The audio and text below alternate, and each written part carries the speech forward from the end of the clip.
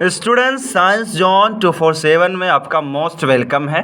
पिछले क्लास में हमने इस फिगर के बारे में पढ़ा था कि जब दो मिरर्स हमारे परपेंडिकुलर होते थे राइट एंगल पर तो इंसिडेंट रे और रिफ्लेक्टेड रे पैरेलल होती थी।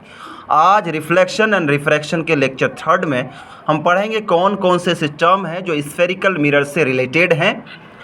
तो आज पढ़ेंगे spherical mirror, concave mirror, convex mirror और इस दोनों के अलग अलग नेचर को, और साथ साथ जब कोई रेज पैरेलल आएगी तो किस पॉइंट से पास होगा, कॉनकेव और कॉन्वेक्स में कौन कौन से फेनोमेनन आएंगे, टर्म पे थोड़ी सी हमने डिस्कस करनी है। तो आइए सबसे पहले स्फेरिकल मिरर पे हम चर्चा करते हैं। फिगर में आप देख पा रहे होंगे कि स्फेरिकल मिरर्स में मैंने लिखा है part of hollow sphere whose inner और outer surface has been polished और silvered is known as spherical mirrors. यानी कि जो पॉलिश्ड होंगे वो कौन से पार्ट होंगे, इनर या आउटर पार्ट दोनों हो सकते हैं, क्योंकि दो अलग अलग केस होंगे स्फेरिकल मिरर के। जिससे सबसे पहला आपका मेंशन कर रखा मैंने कॉनकेव मिरर और दूसरा है आपका कॉन्वेक्स मिरर। फिगर में भी आप देख सकते हैं कि दो अलग अलग मिरर्स को मैंने बनाया है और इसमें से एक हमारा येलो मार्क जारी होगी कॉनकेव पे, और इस कॉनकेव मिरर में देख सकते हैं कि रिफ्लेक्टिंग सरफेस है, आउटर सरफेस ये हार्ड सरफेस है और इनर सरफेस ही रिफ्लेक्टिंग सरफेस है, जिसे हमने कॉनकेव मिरर नाम दिया। जबकि दूसरा जिसमें येलो मार्किंग जा रही है वो आउटर सरफेस में आप देख सकते हैं वही रिफ्लेक्टिंग सरफेस है और इनर सरफेस वो हार्ड सरफेस है, जिसका नाम हमने कॉन्वेक्स मिरर दिया है। और इस दोनों केस में हमने इसको कहना है स्फेरिकल मिरर्स। तो स्फेरिकल मिरर्स के लिए आप भी इस पिक्चर को आप बना सकते हैं। कॉनकेव और कॉन्वेक्स मिरर के अलग अलग केस हैं। अब सिर्फ आज मैं डिस्कस करूंगा कॉनकेव मिरर पर। ये स्फेरिकल मिरर के एक पार्ट है और कॉनकेव मिरर के बारे में भी अब डिस्कस करेंगे। इनके डेफिनेशन को देख लेते हैं। डेफिनेशन में spherical mirror whose reflecting surface is curved inwards that is faces towards the centre of the sphere is called concave mirror. Reflecting surface inward की तरफ ये कर्व्ड होंगे, येलो मार्क भी आप देख रहे होंगे, इनवर्ड के तरफ ये कर्व होंगे और फेसेस जो होंगे ये हमेशा सेंटर ऑफ द स्फीयर की ओर होगा। The surface of the spoon curved inwards can be approximated to a concave mirror. यानी स्पून के भी फेस को हम क्या कह सकते हैं, जो कर्व्ड इनवर्ड है उसे हम कॉनकेव मिरर का एग्जाम्पल हम कह सकते हैं। हालांकि कॉनकेव मिरर को जब हम देखेंगे, फिलहाल के लिए आप इस स्पून को जब देखेंगे, ये ब्राइट पार्ट जो बल्ज्ड आउटवर्ड है वो कॉन्वेक्स का एग्जाम्पल है और जो इनवर्ड कर्व्ड है वो कॉनकेव का एग्जाम्पल है। अब अगला जो हमारा टॉपिक है उस पर डिस्कस करेंगे, उसका नाम है convex mirror. A spherical mirror whose reflecting surface is curved outwards is called a convex mirror. Yellow mark आप देख रहे होंगे, कॉन्वेक्स मिरर पे ही डिस्कस करूंगा और इसमें लिखा हुआ है spherical mirror whose reflecting surface is curved outwards is called convex mirror. यानी कि वैसी स्फेरिकल मिरर जिसकी रिफ्लेक्टिंग सरफेस कर्व्ड तो होगी बट आउटवर्ड होगी। इसका example surface of the spoon bulged outwards can be approximated to a convex mirror. पिछले picture में भी हमने देखा तो जो स्पून के बाहरी हिस्से यानी उभरे हुए हिस्से होंगे, बाहर निकले हुए हिस्से होंगे, उसे हम कहेंगे एग्जाम्पल है वो किसका, कॉन्वेक्स मिरर का। इस फिगर में भी आप देख सकते हैं कि जिसमें इन्वर्टेड इमेज बना है वो कॉनकेव मिरर है, और जबकि यहाँ छोटा और डिमिनिश जो इमेज बना है जो बल्ज्ड आउटवर्ड है वो एग्जाम्पल है कॉन्वेक्स मिरर का। इस स्पून को देखिए, शायद आपको अच्छे से समझ में आएगा। जो येलो मार्क जा रही है इसमें एक देखिए कॉन्वेक्स को बता रहा हूँ और एक तरफ कॉनकेव था, और इस दोनों केस में जो बल्ज्ड साइड है वो आउटवर्ड है, वो कॉन्वेक्स का एग्जाम्पल है, जबकि जो इनवर्ड है वो कॉनकेव का एग्जाम्पल है। एक बार फिर से साइंस जोन 247 की तरफ से आपका मोस्ट वेलकम है। अब कुछ ऐसे टर्म्स होंगे जो आज मैंने वीडियो के लेक्चर में भी, इसका थंबनेल में भी शायद नाम डाल रखा होगा या शुरुआत में ही कहा था, कुछ ऐसे टर्म होंगे जो स्फेरिकल मिरर से रिलेटेड होंगे, चाहे वो कॉनकेव मिरर का केस हो या कॉन्वेक्स मिरर का केस हो। पहला केस कॉनकेव मिरर का है। इसमें देख सकते हैं प्रिंसिपल एक्सिस से येलो मार्क जारी है, ये आपका फोकस है, और उसके बाद 2F को ही सेंटर ऑफ कर्वेचर कहते हैं। जबकि और भी ऐसे ये रिफ्लेक्टिंग सरफेस है जो हार्ड सरफेस यानी कि ये आउटर सरफेस है, और जो रिफ्लेक्टिंग सरफेस वो इनरवर्ड है यानी इनवर्ड है, और लाइट जो आएगी वो हमेशा इनवर्ड की तरफ इंसिडेंट होगी। दूसरा पिक्चर में देख सकते हैं आप, ये पूरा पिक्चर में कॉन्वेक्स मिरर है और ये आउटवर्ड आप देख सकते किधर है, जो येलो मार्क जारी, यहाँ भी प्रिंसिपल एक्सिस है और साथ साथ यहाँ भी हमारे फोकस है, 2f को हमने सेंटर ऑफ कर्वेचर नेम दिया है। और इतना ही नहीं, जो हमारा एक पोल है, पोल और फोकस के बीच की दूरी को फोकल लेंथ कहेंगे। f और 2f के बीच की दूरी उतनी ही होगी जितनी पोल और फोकस के बीच की दूरी होगी। इसमें हार्ड सरफेस है जिसका, और रिफ्लेक्टिंग सरफेस ये आउटवर्ड होती है, जबकि हमारी कॉनकेव मिरर में रिफ्लेक्टिंग सरफेस वो इनवर्ड होती है और लाइट हमेशा आउटवर्ड साइड पर रिफ्लेक्ट होती है। और हार्ड सरफेस देख सकते हैं इनर साइड बल्ज्ड है। इस फिगर में भी देख सकते हैं कॉनकेव है और दूसरा कॉन्वेक्स है। पहला फिगर जिसमें येलो मार्क जा रही थी ये कॉनकेव है, एक प्रिंसिपल एक्सिस है जिसमें सेंटर ऑफ कर्वेचर और पोल और फोकस तीनों है। लेकिन इसके केस में हो ये रहा है कि रेज जो है इस कॉनकेव मिरर पर पैरेलल आएगी। जैसा कि आप यहाँ देखिए पोल है, इस पोल ये प्रिंसिपल एक्सिस है, और फिर जब रेज पैरेलल आती है तो ये सभी के सभी फोकस से पास होंगे। देखिए रेज है, इंसिडेंट हो रही है, ये फोकस है, रेज है पैरेलल आ रही है, और साथ साथ ये रिफ्लेक्ट होने के बाद फोकस से पास होगी। नीचे के भी केस में वही होगा कि मिरर पर रिफ्लेक्ट होने के बाद फोकस से पासिस होंगे।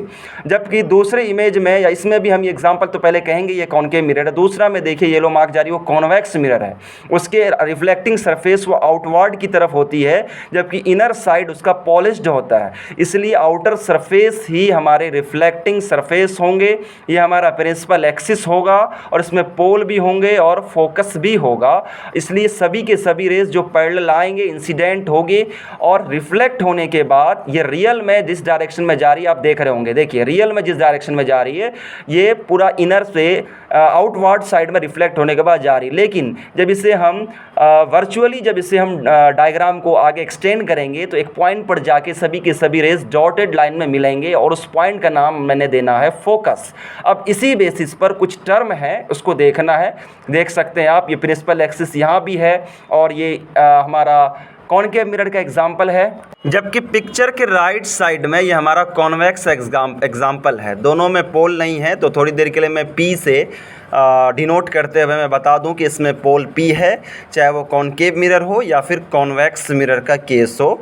अब इस दोनों के केस को लेते हुए पहला जो पोल हमारा है ये प्रिंसिपल एक्सिस पर है, इसमें सेंटर ऑफ कर्वेचर भी है, फोकस भी है। देखिए लाइट जो है वो comes from this side, reflecting surface किधर है, हार्ड सरफेस कहाँ है और प्रिंसिपल एक्सिस कहाँ है। और ये पूरा का पूरा वे जो जा रहा है ये कॉनकेव मिरर के केस में है कि इनर साइड इसका रिफ्लेक्टिंग होगा, आउटर साइड हमारा हार्ड होगा। अब जबकि कॉन्वेक्स मिरर में भी आप देखेंगे इसमें भी वही बात होंगी कि आउटर साइड रिफ्लेक्टिंग और इनर साइड जो होगा वो पॉलिश्ड होगा। इसमें फोकल पॉइंट होंगे, centre of curvature, focal length, pole, ये सभी का सभी केस होगा। लेकिन इसको अब इस पिक्चर से देखते हैं इसमें आया क्या क्या।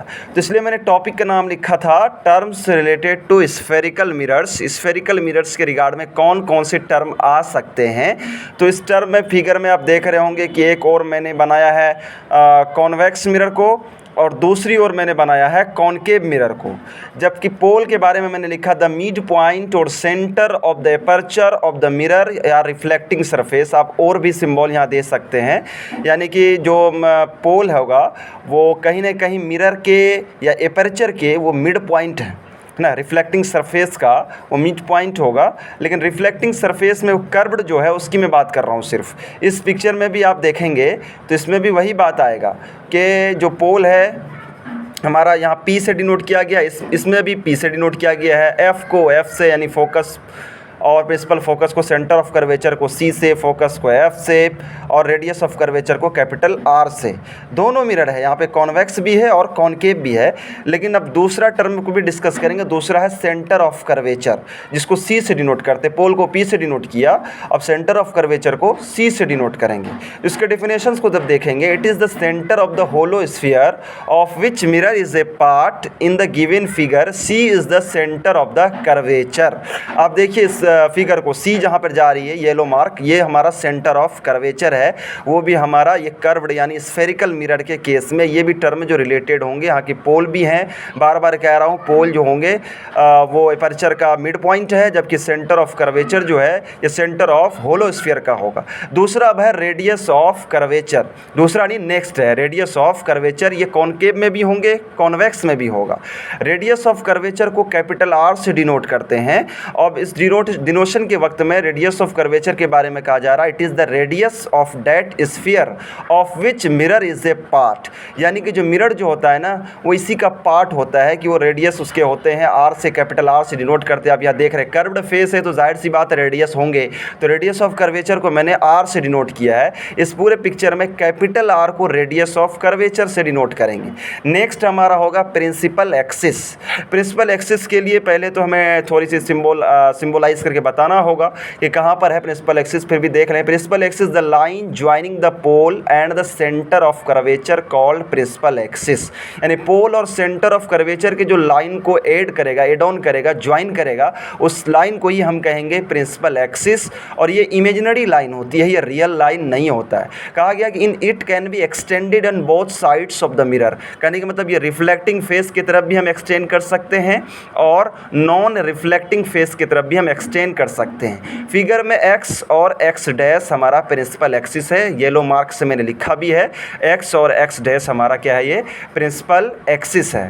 तो अब नेक्स्ट अगर मैं नेक्स्ट की बात करूँगा, जो नेक्स्ट हमारा टर्म जो रिलेटेड होगा स्फेरिकल मिरर से, उसमें भी हमारा इसी केस में आएगा, इसी 4-5 पे ही डूबेगा कि सॉरी मतलब गुजरेगा कि centre of curvature C, focus F, pole P, radius capital R, और इनके अलावा अब रहे नोट में क्या, the principal focus of a concave mirror is real, क्योंकि इसकी रेडियस जो होती है वो निगेटिव होती है।